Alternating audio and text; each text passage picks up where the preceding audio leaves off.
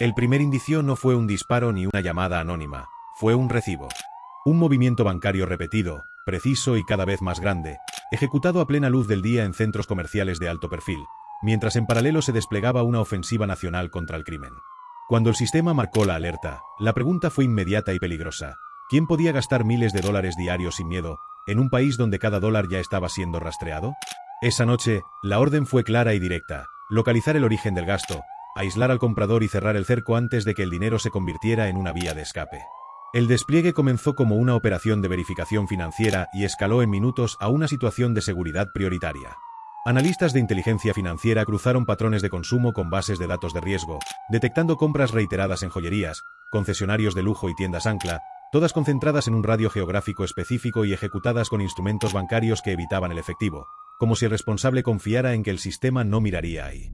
La señal fue elevada al nivel estratégico cuando los montos diarios superaron los umbrales establecidos para monitoreo reforzado, activando protocolos de rastreo en tiempo real y notificación directa a la cadena de mando. El objetivo no era un comprador impulsivo ni un empresario visible. Era un sujeto que operaba con perfil bajo, pero con un poder adquisitivo que no coincidía con ninguna actividad lícita registrada. En cuestión de horas, las cámaras de seguridad de los centros comerciales fueron sincronizadas con los horarios de las transacciones, generando ventanas temporales precisas. Las imágenes confirmaron lo que los números ya sugerían: el mismo individuo, entrando y saliendo con regularidad, sin escoltas visibles, sin prisa, como si la vigilancia no existiera. Ese nivel de confianza fue interpretado como un riesgo operativo. La instrucción fue elevar la respuesta. Con la autorización ejecutiva, las unidades de investigación pasaron del análisis a la acción coordinada. Se estableció un perímetro discreto alrededor de los puntos de consumo habituales mientras equipos técnicos profundizaban en la trazabilidad de las cuentas. El rastro bancario no solo señalaba gastos excesivos, revelaba una estructura de pagos diseñada para fragmentar montos y evadir alertas automáticas, una técnica conocida y asociada a economías criminales. La conexión con investigaciones abiertas convirtió el caso en prioritario. La ventana para intervenir se estrechó cuando se detectó un intento de traslado de activos, una señal clásica de preparación para fuga. Antes de continuar, recuerda, si te gusta este tipo de historias, no olvides suscribirte al canal. Publicamos vídeos a diario y tu apoyo nos ayuda a seguir creando este contenido. La decisión de catear la residencia no fue inmediata ni improvisada. Se sustentó en la convergencia de pruebas técnicas, patrones de movilidad y la necesidad de asegurar evidencia antes de que desapareciera. Equipos legales validaron la orden mientras unidades tácticas se posicionaban sin ser detectadas. El domicilio, ubicado en una zona residencial que no correspondía al nivel de gasto observado, fue clasificado como objetivo de riesgo medio con potencial de escalamiento. Se planificó el ingreso con protocolos de control total del entorno, minimizando exposición y asegurando la cadena de custodia desde el primer segundo. A medida que avanzaban las horas, el caso dejó de ser un asunto de dinero para convertirse en una prueba del nuevo sistema de control. El mensaje era inequívoco. El consumo ostentoso, lejos de ser invisible, se había convertido en una firma rastreable. La orden final se emitió con precisión quirúrgica: coordinar el cateo al amanecer, asegurar dispositivos, documentos y cualquier vínculo financiero que explicara el flujo. En el centro de mando, una pregunta quedó suspendida y sin respuesta, funcionando como un imán narrativo imposible de ignorar. Si este comprador gastaba así bajo vigilancia nacional, ¿a quién respondía realmente y qué tan profundo llegaba el dinero que lo protegía? El perfil del objetivo comenzó a definirse con precisión quirúrgica cuando los analistas dejaron de mirar solo los números y empezaron a reconstruir la historia completa detrás del consumo. No aparecía en registros públicos como empresario relevante, no figuraba en directorios corporativos ni en declaraciones fiscales acordes a su nivel de gasto. Sin embargo, llevaba años moviéndose dentro de un ecosistema de privilegios: vehículos de alta gama adquiridos a nombre de terceros, estancias prolongadas en residencias de lujo alquiladas por intermediarios y una rutina de compras diseñada para proyectar normalidad. Ese contraste fue la primera señal clara de alerta. El sujeto no vivía como alguien que improvisa riqueza, vivía como alguien que sabe administrarla sin dejar huella directa. Su ascenso no fue repentino ni caótico. De acuerdo con reconstrucciones de inteligencia patrimonial, el individuo había comenzado como operador logístico de bajo perfil, vinculado a estructuras que necesitaban discreción más que visibilidad. Su función inicial era mover recursos, no exhibirlos. Con el tiempo, la confianza depositada en él creció y con ella el acceso a capital. Ese acceso vino acompañado de un error crítico: la falsa sensación de impunidad generada por años de operar sin consecuencias. Cuando el entorno cambió y el cerco estatal se cerró, su comportamiento no se adaptó a la nueva realidad. Los lujos se convirtieron en una extensión de su identidad. ropa de diseñador adquirida con regularidad, relojes de alto valor comprados sin negociación, comidas pagadas con tarjetas vinculadas a cuentas espejo. No era ostentación impulsiva, era una rutina. Esa rutina fue precisamente lo que permitió trazar un patrón. Mientras otros reducían su exposición, él mantuvo hábitos rígidos, visitando los mismos centros comerciales, utilizando franjas horarias similares y confiando en que la fragmentación de pagos lo mantendría fuera del radar. La inteligencia financiera identificó ese comportamiento como un punto de quiebre, una desviación estadística imposible de ignorar. En la jerarquía criminal, el objetivo no era un líder visible ni un ejecutor violento. Era un nodo financiero. Su valor residía en la capacidad de convertir dinero ilícito en bienes tangibles y en su habilidad para sostener un estilo de vida que servía como fachada de éxito legítimo. Esa posición intermedia le otorgaba información sensible y conexiones estratégicas, pero también lo dejaba expuesto. No contaba con la protección directa de los niveles superiores ni con la invisibilidad absoluta de los operadores menores. Estaba justo en el centro, donde el margen de error es mínimo. Los errores que lo colocaron definitivamente en la mira fueron sutiles pero acumulativos. El primero fue la reutilización de dispositivos móviles asociados a cuentas bancarias previamente observadas. El segundo, la confianza excesiva en intermediarios que comenzaron a ser monitoreados. El tercero, y más determinante, fue el uso constante de tarjetas en entornos altamente vigilados, creyendo que la saturación de datos jugaría a su favor. Cada compra, cada estacionamiento registrado, cada acceso a un local comercial fue sumando capas de información hasta construir un mapa completo de su comportamiento diario.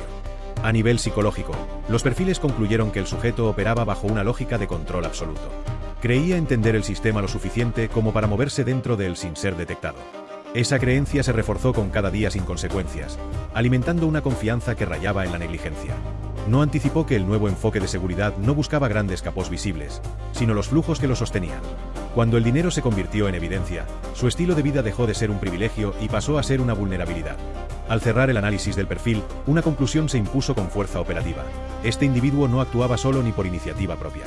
Su rol era parte de una estructura más amplia que dependía de su capacidad para moverse con normalidad en espacios públicos.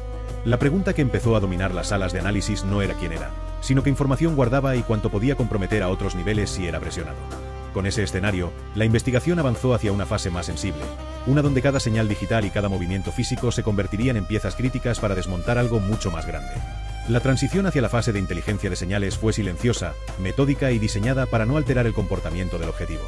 Una vez validado el perfil y confirmado su valor estratégico, la instrucción fue clara: no intervenir todavía, observarlo todo. Los equipos técnicos activaron capacidades SIGINT orientadas a capturar metadatos, no contenidos, priorizando patrones de conexión, tiempos de actividad y relaciones entre dispositivos. El objetivo utilizaba múltiples teléfonos y líneas, pero cometía un error recurrente. Todos convergían en los mismos puntos físicos y en las mismas franjas horarias. Esa convergencia fue suficiente para comenzar a reconstruir su red. La geolocalización pasiva permitió establecer rutas diarias con un margen de error mínimo. Cada desplazamiento desde su residencia hasta los centros comerciales, cada parada intermedia, cada retorno nocturno quedó registrado como parte de una secuencia predecible. El análisis cruzado con antenas celulares reveló algo más delicado. En determinados horarios, el dispositivo principal del objetivo coincidía sistemáticamente con otros terminales ya identificados en investigaciones abiertas. No había llamadas directas ni mensajes evidentes, pero la coincidencia espacial y temporal indicaba coordinación. Para los analistas, esa superposición no era casualidad, era una firma operativa. En paralelo, se activó vigilancia encubierta física con equipos rotativos para evitar patrones detectables. Observadores entrenados confirmaron lo que los datos ya mostraban. El sujeto revisaba constantemente su entorno, pero no buscaba vigilancia estatal, buscaba rivales. Esa conducta reforzó la hipótesis de que se sentía protegido frente a las autoridades, pero vulnerable frente a otras estructuras criminales. Esa percepción de riesgo mal dirigida fue clave. Mientras cuidaba un frente, dejaba expuesto el otro. El monitoreo digital avanzó hacia la identificación de puntos de acceso recurrentes a redes inalámbricas. Cafeterías, estacionamientos subterráneos y zonas comunes de centros comerciales funcionaban como nodos de conexión donde el objetivo activaba aplicaciones financieras y de mensajería. Aunque el contenido permanecía cifrado, los tiempos de conexión y desconexión permitieron inferir momentos críticos de coordinación. Cada sesión coincidía con movimientos financieros específicos detectados horas después. El dinero y la señal comenzaban a alinearse en una misma línea temporal. Los analistas financieros y los técnicos SIGINT trabajaron en una mesa unificada. Cuando una transacción relevante se ejecutaba, se revisaba inmediatamente la actividad de los dispositivos asociados. Esa sincronización permitió identificar un patrón de confirmación. Después de cada gasto elevado, el objetivo realizaba breves conexiones desde ubicaciones específicas, siempre las mismas. No hablaba, no escribía extensamente, pero confirmaba. Ese simple acto fue suficiente para establecer una cadena lógica entre el gasto, la ubicación y la red de apoyo. Con el avance de la vigilancia, surgió un elemento inesperado. Uno de los dispositivos secundarios comenzó a mostrar actividad nocturna irregular desde la residencia del objetivo. Conexiones breves, repetidas, orientadas a servicios de almacenamiento en la nube. La hipótesis fue inmediata: resguardo de información sensible. La posibilidad de que documentos financieros, listas de contactos o claves estuvieran siendo respaldadas elevó el nivel de urgencia. Cada noche que pasaba aumentaba el riesgo de que la evidencia desapareciera o fuera transferida fuera del país. La decisión operativa se ajustó en consecuencia. Se intensificó la captura de señales y se amplió el espectro de monitoreo a dispositivos cercanos, buscando identificar quién más participaba en ese ecosistema digital. Los resultados confirmaron lo temido. El objetivo no era un punto aislado, era un concentrador temporal de información. Su residencia funcionaba como un nodo donde convergían datos, instrucciones y confirmaciones financieras. Eso transformó el cateo planeado en una prioridad absoluta. Al cierre de esta fase, la imagen era completa y preocupante. Se conocían sus rutinas, sus horarios, sus rutas y sus hábitos digitales. Se sabía cuándo estaba solo, cuándo se comunicaba y cuándo el dinero cambiaba de manos. Pero había una incógnita crítica que aún no se resolvía y que condicionaba todo el operativo siguiente. ¿Qué tan preparado estaba el objetivo para una intervención inmediata y cuántos segundos bastarían para que, al primer indicio, intentara destruir o transferir aquello que podía comprometer a toda la estructura? La ejecución del operativo fue programada para un margen temporal mínimo, calculado a partir de los hábitos más rígidos del objetivo. No se buscó el momento más cómodo, se eligió el más predecible. A primera hora, cuando la actividad digital descendía y antes de que se iniciaran las conexiones rutinarias, las unidades se desplegaron en silencio. El perímetro se cerró sin luces ni sirenas, con control total de accesos y salidas, mientras equipos especializados aseguraban las rutas de aproximación. Cada movimiento estaba cronometrado, no para sorprender, sino para impedir cualquier reacción efectiva. El ingreso se realizó bajo protocolo de aseguramiento rápido. La puerta principal fue neutralizada en segundos y el interior quedó bajo control inmediato. El objetivo fue localizado sin resistencia, desorientado por la velocidad de la intervención. No hubo tiempo para dispositivos, llamadas ni destrucción de evidencia. Las manos fueron aseguradas y el entorno fue estabilizado antes de que pudiera procesar lo ocurrido. La prioridad no era el arresto en sí, sino la preservación total de la escena. Cada segundo ganado equivalía a información salvada. Mientras una unidad mantenía el control físico, los equipos técnicos entraron en acción. Dispositivos móviles, computadoras portátiles y unidades de almacenamiento fueron aislados de cualquier red externa mediante bloqueadores de señal. Las pantallas encendidas se congelaron en el estado exacto en que se encontraban, preservando sesiones activas y accesos abiertos. Documentación física fue localizada en áreas clave, confirmando la existencia de registros financieros paralelos y anotaciones que no figuraban en ningún sistema formal. La residencia dejó de ser un hogar y pasó a ser una fuente de evidencia en tiempo real. El cateo avanzó habitación por habitación con un orden preestablecido. No se buscaba volumen, se buscaba coherencia. Cada objeto incautado era fotografiado, etiquetado y registrado sin romper la cadena de custodia. En un espacio acondicionado como oficina improvisada, se localizaron contratos, tarjetas adicionales y dispositivos no declarados. La correlación con la información SIGINT fue inmediata. Lo que antes eran hipótesis ahora tenía soporte físico. El dinero, la señal y el espacio convergían en un mismo punto. El objetivo fue notificado formalmente de la situación mientras era trasladado a una unidad segura. No hubo interrogatorio en el lugar. La instrucción fue clara: no obtener palabras, obtener tiempo.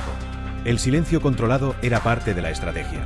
Cada reacción emocional, cada intento de negociación temprana fue registrado como indicador psicológico para fases posteriores. La operación no terminó con la salida del domicilio, apenas comenzaba. Con el perímetro aún activo, se realizaron verificaciones finales para descartar presencia de terceros o sistemas de autodestrucción de información. Una vez confirmado el aseguramiento total, las unidades se replegaron de forma escalonada. El objetivo ya estaba bajo custodia y la evidencia en tránsito hacia análisis forense. El operativo había sido limpio, rápido y sin filtraciones. Sin embargo, dentro del equipo existía una certeza incómoda. Lo incautado era suficiente para incriminarlo, pero también lo convertía en una pieza clave dentro de algo más grande. Mientras el vehículo se alejaba del lugar, una nueva fase se activaba automáticamente. El siguiente destino no era una estación común ni un centro de detención transitorio. Era un sistema diseñado para cortar toda influencia externa, aislar por completo y redefinir jerarquías. En ese punto, la pregunta ya no era si el objetivo había perdido su libertad, sino cuánto resistiría cuando su poder, construido a base de dinero y conexiones, se enfrentara a un entorno donde nada de eso tenía valor. El traslado se ejecutó bajo un esquema de aislamiento absoluto. Sin comunicación externa, sin contacto visual con el entorno y sin información sobre la ruta, el objetivo fue movido como un activo de alto riesgo, no por su peligrosidad física, sino por el valor estratégico de lo que sabía. Cada tramo fue controlado, cada relevo de custodia documentado. No hubo ventanas ni referencias temporales. El propósito era claro: desorientar, cortar vínculos y preparar el terreno para el impacto psicológico que vendría después. El ingreso al régimen de máxima seguridad marcó un quiebre inmediato. El proceso de registro no tuvo concesiones ni atajos. Identificación biométrica, revisión médica, inventario completo de pertenencias y la sustitución total de cualquier elemento personal. La ropa, los accesorios y cualquier símbolo de estatus fueron retirados y reemplazados por lo mínimo indispensable. En cuestión de minutos, el individuo que había gastado miles de dólares diarios quedó reducido a un número dentro de un sistema diseñado para eliminar diferencias. No era un castigo adicional, era un protocolo. El entorno operaba bajo reglas rígidas y transparentes. Movimientos controlados, tiempos estrictos y vigilancia permanente. No existían privilegios negociables ni intermediarios posibles. La estructura del lugar estaba pensada para anular la influencia externa y romper dinámicas de poder previas. Para alguien acostumbrado a resolver con dinero, el choque fue inmediato. Cada intento de imponer su antigua lógica se encontró con un muro administrativo inamovible. El dinero ya no abría puertas, no aceleraba procesos y no compraba silencio. El proceso de adaptación fue observado con atención por equipos especializados. Las reacciones iniciales, desde la incredulidad hasta la frustración, fueron registradas como indicadores de resistencia psicológica. La pérdida de control se hizo evidente cuando comprendió que no tenía acceso a información externa ni capacidad de influir en su situación inmediata. Las rutinas, impuestas y no elegidas, comenzaron a erosionar la identidad construida durante años. En ese espacio, la jerarquía previa no existía. Todos respondían a las mismas reglas. La separación total de su red fue el golpe más efectivo. Sin llamadas, sin mensajes y sin confirmaciones financieras, el objetivo dejó de ser un nodo activo. Lo que antes fluía a través del quedó suspendido o expuesto. Para las autoridades, ese silencio era una ventaja operativa. Cada hora sin contacto aumentaba la presión sobre la estructura que dependía de su normalidad. Afuera, el dinero comenzaba a buscar nuevas rutas. Adentro, la realidad se volvía ineludible. Con el paso de los días, la narrativa cambió. Ya no se trataba de un comprador rastreado ni de un operativo exitoso. Se trataba de un mensaje estratégico. El sistema demostraba que el control no terminaba en la captura, sino que se extendía hasta la neutralización total de la influencia. El objetivo, ahora aislado, enfrentaba una ecuación distinta: colaborar o permanecer irrelevante dentro de un entorno donde su antiguo poder no tenía traducción posible. Ese nuevo equilibrio marcó el cierre operativo del caso individual, pero abrió una fase más amplia de análisis. La caída de un nodo financiero bajo un régimen de máxima seguridad no era un evento aislado, era una señal. El rastreo del gasto, la intervención quirúrgica y el aislamiento absoluto habían funcionado como un mismo mecanismo. La pregunta final ya no apuntaba al individuo, sino al efecto dominó que su neutralización tendría sobre quienes aún creían que el dinero, por sí solo, podía seguir comprando impunidad. El análisis posterior no se concentró en el individuo, sino en las ondas que su caída generó dentro del sistema. En los días siguientes, los flujos financieros asociados a su entorno mostraron alteraciones inmediatas. Cuentas que antes operaban con regularidad redujeron actividad o quedaron en pausa, intermediarios desaparecieron del radar y estructuras que dependían de su función logística comenzaron a cometer errores por descoordinación. El vacío no fue simbólico, fue operativo. Cuando un nodo financiero se apaga de forma abrupta, la red completa entra en estrés. Las agencias cruzaron información en tiempo real para medir el impacto. Lo que se observó confirmó la hipótesis inicial: el rastreo del gasto no era un mecanismo reactivo, era una herramienta preventiva. Al exponer que el consumo excesivo también deja huella, el sistema obligó a las estructuras criminales a modificar comportamientos, asumir riesgos adicionales y reducir su margen de maniobra. Cada cambio forzado aumentó la probabilidad de detección. El dinero, que antes circulaba con libertad, comenzó a moverse con miedo. A nivel de seguridad nacional, el caso se convirtió en un referente operativo. Demostró que no era necesario esperar actos violentos para intervenir, bastaba con identificar patrones incompatibles con la economía formal y sostener la presión técnica hasta cerrar el cerco. La combinación de inteligencia financiera, SIGINT y acción táctica coordinada probó ser efectiva sin necesidad de exposición pública ni confrontación directa. El mensaje fue interno y externo al mismo tiempo. El control se ejerce desde los datos y se consolida en el terreno. El aislamiento del objetivo en un régimen de máxima seguridad no buscó castigo ejemplarizante, buscó estabilidad estratégica. Al cortar su capacidad de influencia, se redujo el riesgo de reconfiguración inmediata de la red. Ese tiempo ganado permitió ampliar investigaciones, asegurar nuevas órdenes y fortalecer el monitoreo sobre actores secundarios. La captura no fue un punto final, fue un punto de inflexión. A partir de ahí, el sistema operó con ventaja. Este caso dejó una lección clara para quienes aún creen que la discreción se mide solo en violencia o silencio. En el nuevo entorno, gastar también comunica. Cada compra, cada transacción y cada hábito construye un perfil que puede ser leído, analizado y utilizado. La normalidad aparente se ha convertido en una variable de riesgo cuando no coincide con la realidad económica declarada. La impunidad basada en el anonimato financiero dejó de existir. El cierre de esta historia no ocurre dentro de una celda ni en una sala de análisis. Ocurre en la conducta cotidiana de quienes observan y ajustan su comportamiento al saber que el sistema mira donde antes no miraba. La seguridad ya no depende solo de patrullas o capturas espectaculares, depende de la capacidad de anticipar, rastrear y neutralizar antes de que el daño ocurra. Y en ese escenario, el gasto excesivo dejó de ser un lujo para convertirse en una señal. Si este caso demuestra algo, es que la vigilancia moderna no se anuncia, se siente cuando ya es demasiado tarde. La pregunta ya no es quién será el próximo, sino quién seguirá creyendo que puede moverse sin ser visto en un sistema que aprendió a leer el rastro del dinero como una confesión silenciosa.